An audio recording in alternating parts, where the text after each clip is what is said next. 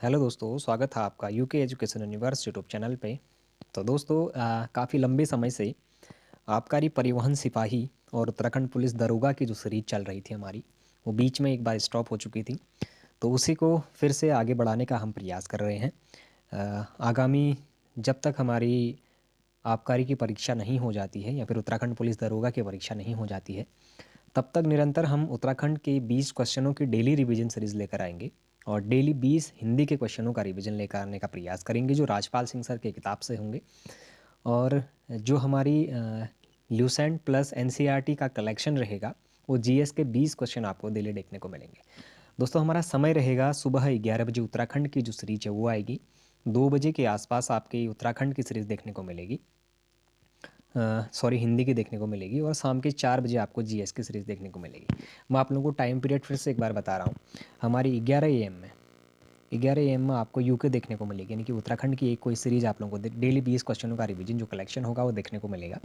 उसके बाद अगर मैं बात करूँ तो 2 PM में आपकी लगभग एक हिंदी की सीरीज़ देखने को मिलेगी। और उसके बाद की अगर मैं बात करूँ तो लगभग 5 PM के आसपास में या फिर 4:30 से 5 के बीच में आप लोगों को 20 क्वेश्चंस जीएस के देखने को मिलेंगे, जो काफ़ी महत्वपूर्ण साबित होंगे। तो दोस्तों, इस बार हमारा लंबा टाइम पीरियड इसमें रहने वाला है, क्योंकि जब तक उत्तराखंड पुलिस दरोगा का एग्ज़ाम नहीं हो जाता तब तक हम एग्ज़ाम में जितने बार रिपीटेड क्वेश्चन हैं या फिर जितने भी इंपॉर्टेंट क्वेश्चन हैं और नए नए किताबों के जो संकलनों से संबंधित हमारे प्रश्न होंगे, उन सभी प्रश्नों को लेकर हम आपके सामने आने का प्रयास करेंगे। तो दोस्तों, आज हम उत्तराखंड के इतिहास से संबंधित टॉपिक को लेकर आए हुए हैं, जिसमें हमारे 20 इम्पोर्टेंट क्वेश्चंस हैं और उन 20 इम्पोर्टेंट क्वेश्चंस पर हम आज डिस्कस करने वाले हैं। तो दोस्तों, देखिएगा, एक बार अपना कॉन्फिडेंस देखिएगा। और आप लोग उत्तराखंड यदि अगर पढ़ते हैं, उत्तराखंड पुलिस दरोगा की यदि अगर तैयारी कर रहे हैं, आबकारी परिवहन सिपाही की यदि अगर आप लोग तैयारी कर रहे हैं, तो 20 क्वेश्चनों के इन कलेक्शन में आपका कितना स्कोर रहता है, आप लोग कमेंट बॉक्स में ज़रूर बताइएगा। तो ठीक है दोस्तों, देखते हैं आज का पहला क्वेश्चन। परमार वंश के शासकों का वह सेनापति जिसने कुमाऊं के चंपावत पर कब्जा किया। अब देखिए दोस्तों, बहुत प्यारा क्वेश्चन है। यानी कि पंवार वंश का वह कौन सा शासक था, या फिर पंवार वंश के शासकों का वह कौन सा सेनापति था। यानी कि शासक तो ठीक है, शासकों के द्वारा तो शासन किया गया था, लेकिन शासकों का जो सेनापति था उसके द्वारा भी कुमाऊं की चंपावत पर क्या किया गया था, कब्जा किया गया था। ऐसा क्वेश्चन आप लोगों को देखने को मिल रहा है। तो देखिएगा, इसमें से कौन सा है हमारा। आपके सामने ऑप्शंस हैं नंदी, माधो सिंह भंडारी, रिखोला लोधी और बनवारी दास। तो दोस्तों, अगर इसके सही आंसर की यदि अगर मैं बात करूं, तो जो हमारा नंदी था, नंदी के द्वारा हमारा कुमाऊं की चंपावत पर कब्जा किया गया था, जो पंवार वंश के जो मानसा है, हमारी मानसा का एक क्या था, सेनापति था। तो ऑप्शन नंबर जो ए है दोस्तों, ये इसका सही आंसर होगा। एक बार फिर से आप लोग इस क्वेश्चन को देखिएगा कि परमार वंश के शासकों का वह सेनापति जिसने कुमाऊं के चंपावत पर कब्जा किया था। शायद इससे पहले ही बहुत कम लोगों ने इस क्वेश्चन को देखा होगा। राजेंद्र सिंह बालोजी जी की किताब का एक कलेक्शन हमने देखा है। तो दोस्तों, जो नंदी हमारा था, नंदी हमारा मानसाह का हमारा क्या था, सेनापति था, उसके द्वारा कुमाऊं के चंपावत पर कब्जा किया गया था। ऑप्शन नंबर जो ए है, ये इसका राइट आंसर होगा। फिर बात करते हैं नेक्स्ट क्वेश्चन की। टिहरी रियासत में अंग्रेजी सरकार का राजनीतिक प्रतिनिधित्व कुमाऊं कमिश्नर को कब बनाया गया। अच्छा दोस्तों, जो हमारा टिहरी रियासत था, टिहरी रियासत पर जो अंग्रेजी सरकार थी, अंग्रेजी सरकार का जो राजनीतिक प्रतिनिधित्व था, वो कुमाऊं कमिश्नर को कब सौंपा गया गया है। अब इससे पहले अंग्रेजों का वहाँ पर शासन चल रहा था, जो राजनीतिक व्यवस्थाएं थी, तो उसका जो प्रतिनिधि है उसको कुमाऊं कमिश्नर को कब सौंपा गया, ये आप लोगों के लिए क्वेश्चन है। तो देखिएगा, 1826, 1840, 1847 और 1842 आपके पास ऑप्शन हैं। तो दोस्तों, अगर इसके सही आंसर की यदि अगर हम बात करेंगे, तो 1842 में जो अंग्रेजी सरकार का राजनीतिक प्रतिनिधित्व था, वो कुमाऊं कमिश्नर को सौंपा गया। ऑप्शन नंबर डी इसका सही आंसर होगा। फिर देखिएगा, बात करेंगे नेक्स्ट क्वेश्चन की। कीर्ति शाह को अंग्रेजी सरकार ने नाइट कमांडर की उपाधि कब दिया था। तो दोस्तों, हमारे जो कीर्ति शाह हैं, कीर्ति शाह को अगर बात करेंगे हम, नाइट कमांडर की जो उपाधि है वो अंग्रेज सरकार के द्वारा कब दी गई। तो दोस्तों, इसका सही आंसर हमारा कौन सा हो जाएगा, 1901, 1900, 1898 और 1899 आपके पास ऑप्शंस हैं। तो अगर नाइट कमांडर की उपाधि कीर्ति शाह को अंग्रेज सरकारों के द्वारा कब दी गई, अगर ये क्वेश्चन आपको देखने को मिलता है, तो 1901 आपका सही आंसर होगा। अच्छा दोस्तों, कीर्ति शाह को कैंपेनियन ऑफ इंडिया के नाम से भी जाना जाता था। अच्छा, कैंपेनियन ऑफ इंडिया की उपाधि जो अंग्रेज सरकार थी उसने कब दी थी, तो दोस्तों उन्हें 1898 में दी थी। ये भी आप लोग ध्यान रखेंगे। और 1900 में दोस्तों इनको लंदन में 11 तोपों की सलामी भी अंग्रेज सरकार के द्वारा दी गई थी। यानी कि इसका अगर सही आंसर की यदि अगर हम बात करेंगे तो नाइट कमांडर की उपाधि ने 1901 में दी गई थी। ऑप्शन नंबर ए इसका राइट आंसर होगा। फिर देखिएगा, उत्तरकाशी में ये कुष्ठ आश्रम की स्थापना किस परमार शासक के द्वारा की गई थी? तो दोस्तों जो हमारा उत्तरकाशी है, उत्तरकाशी में हमारे कुष्ठ आश्रम की स्थापना करी जाती है। तो वो कुष्ठ आश्रम की स्थापना किस परमार शासक के द्वारा करी गई है? क्वेश्चन आपसे पूछा गया है। प्रताप शाह, प्रद्युम्न शाह, नरेंद्र शाह और कीर्ति शाह आपके पास ऑप्शन से हैं। तो दोस्तों अगर बात करेंगे तो महिलाओं हेतु इस व्यक्ति के द्वारा एक कृषि बैंक की स्थापना भी करी जाती है। बिजली की व्यवस्था टिहरी राज्य में इनके द्वारा करी जाती है। टाइपराइटर का आविष्कार भी सबसे पहले इन्हीं के द्वारा करा जाता है। तो आप लोग अनुमान लगाइएगा कि जो हमारे ये व्यक्ति रहने वाले हैं ये कौन होंगे? तो दोस्तों ये हमारे कीर्ति शाह थे। ऑप्शन नंबर जो डी है ये इसका राइट आंसर होगा। मैंने कीर्ति शाह से संबंधित और भी क्वेश्चन आपको बताए, जैसे कि महिलाओं हेतु कृषि बैंक की स्थापना भी कीर्ति शाह के द्वारा करी गई थी। अगर उसके बाद बात करेंगे तो जो बिजली व्यवस्था है टिहरी जो हमारे रियासत थी वहाँ पर, तो वो भी कीर्ति शाह के द्वारा करी गई थी। और टाइपराइटर का जो आविष्कार है वो भी इन्हीं के समय पर किया गया था। साथ ही अगर बात करेंगे कि उत्तरकाशी में जो कुष्ठ आश्रम था उसकी स्थापना किस परमार शासक के द्वारा करी गई, तो दोस्तों ये हमारा कीर्ति शाह के द्वारा किया गया था। ऑप्शन नंबर जो डी है ये इसका राइट आंसर होगा। फिर बात करते हैं नेक्स्ट क्वेश्चन की, सुदर्शनोदय काव्य की रचना किसने की थी? तो दोस्तों सुदर्शनोदय काव्य की रचना सुदर्शन शाह, रुद्रचंद, कवि भरत और मौलाराम। तो दोस्तों अधिकतर जो अभ्यर्थी हैं सुदर्शनोदय काव्य की रचना यदि अगर क्वेश्चन आता है तो सभी लोग क्या कर देते हैं, सुदर्शन शाह कर देते हैं। तो आप लोग ध्यान दीजिएगा, जब ऐसे क्वेश्चन कभी आपको अगर देखने को मिलते हैं तो आप लोग ध्यान रखिएगा, जो सुदर्शनोदय काव्य था ये सुदर्शन शाह ने न कर ये हमारा कवि भरत ने करा था।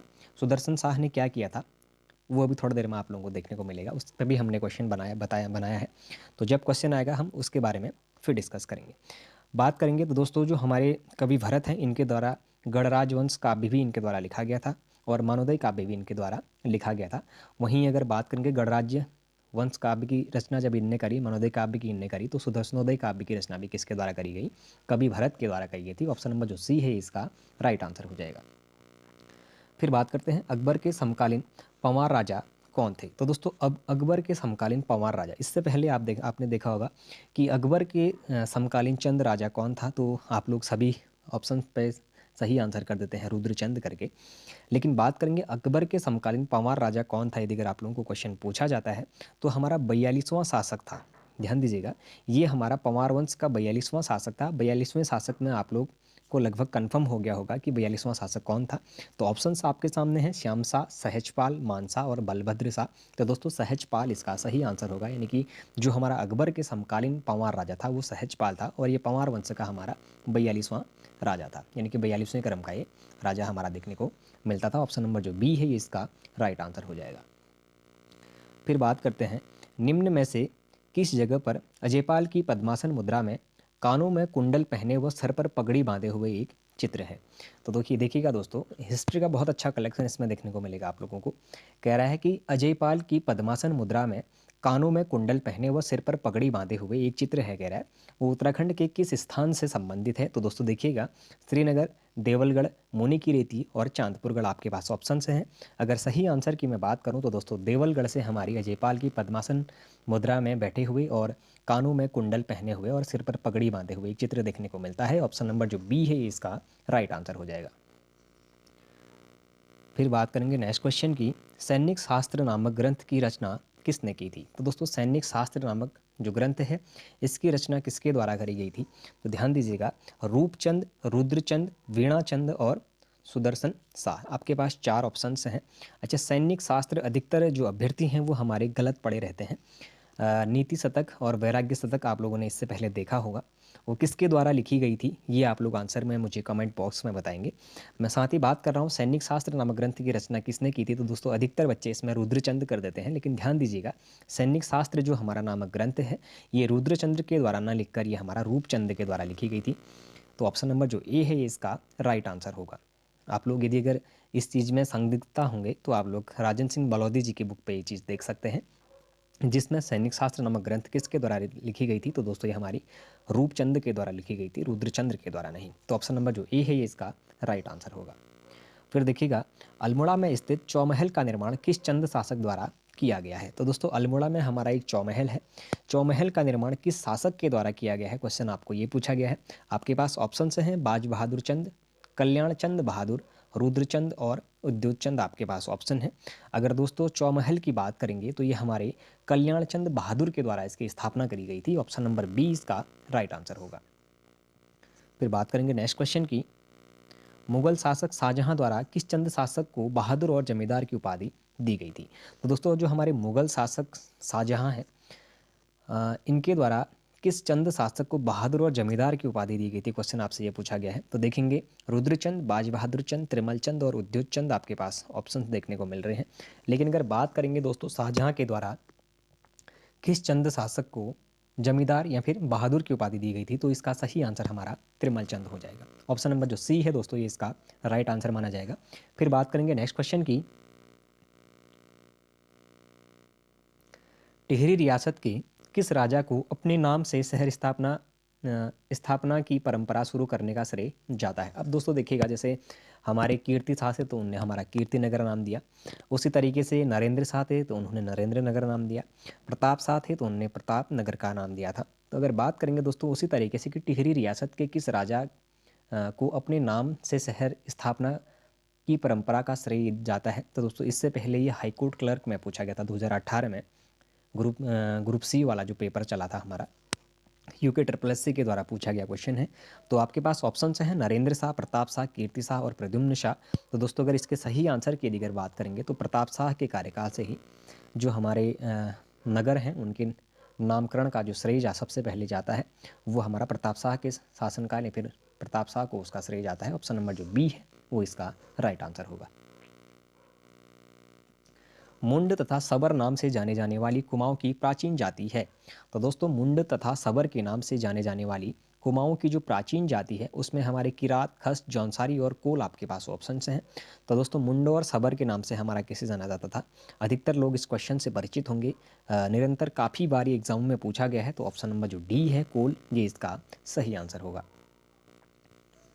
फिर बात करते हैं नेक्स्ट क्वेश्चन की, कुमाऊं के राजकर के अतिरिक्त सयानों व थोकदारों को दिया जाने वाला कर कहलाता था। तो दोस्तों कुमाऊं में राजकर के अतिरिक्त सयानों व थोकदार को दिया जाने वाला जो कर था उसे क्या कहा जाता था? तो दोस्तों सलामी, पुंगाड़ी, दस्तूर या फिर उपयुक्त में से कोई नहीं आपके पास ऑप्शन है। अगर सही आंसर की बात करेंगे तो दस्तूर उसका सही उत्तर होगा। ऑप्शन नंबर जो सी है ये इसका राइट आंसर देखने को मिलेगा।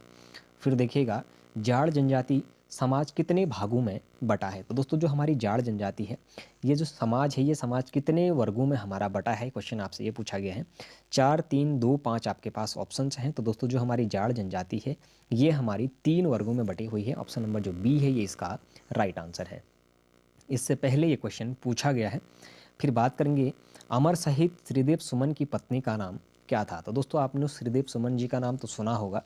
अगर बात करेंगे कि जो हमारे श्रीदेव सुमन जी थे इनकी पत्नी का क्या नाम था, तो दोस्तों इससे पहले ये क्लर्क में पूछा, हाईकोर्ट क्लर्क में पूछा गया क्वेश्चन है। विनय लक्ष्मी, विजय लक्ष्मी, रेवती देवी या फिर कनक देवी, 4 ऑप्शंस आपके पास हैं।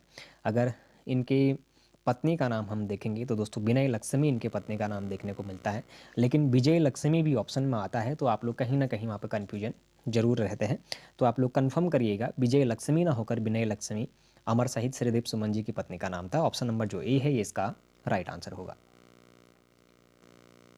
नेटिव मैरिज एक्ट कब पारित किया गया? इससे पहले रिपीटेड क्वेश्चन है दोस्तों, इससे पहले एग्जाम में आ चुका है। नेटिव मैरिज एक्ट कब पारित किया गया?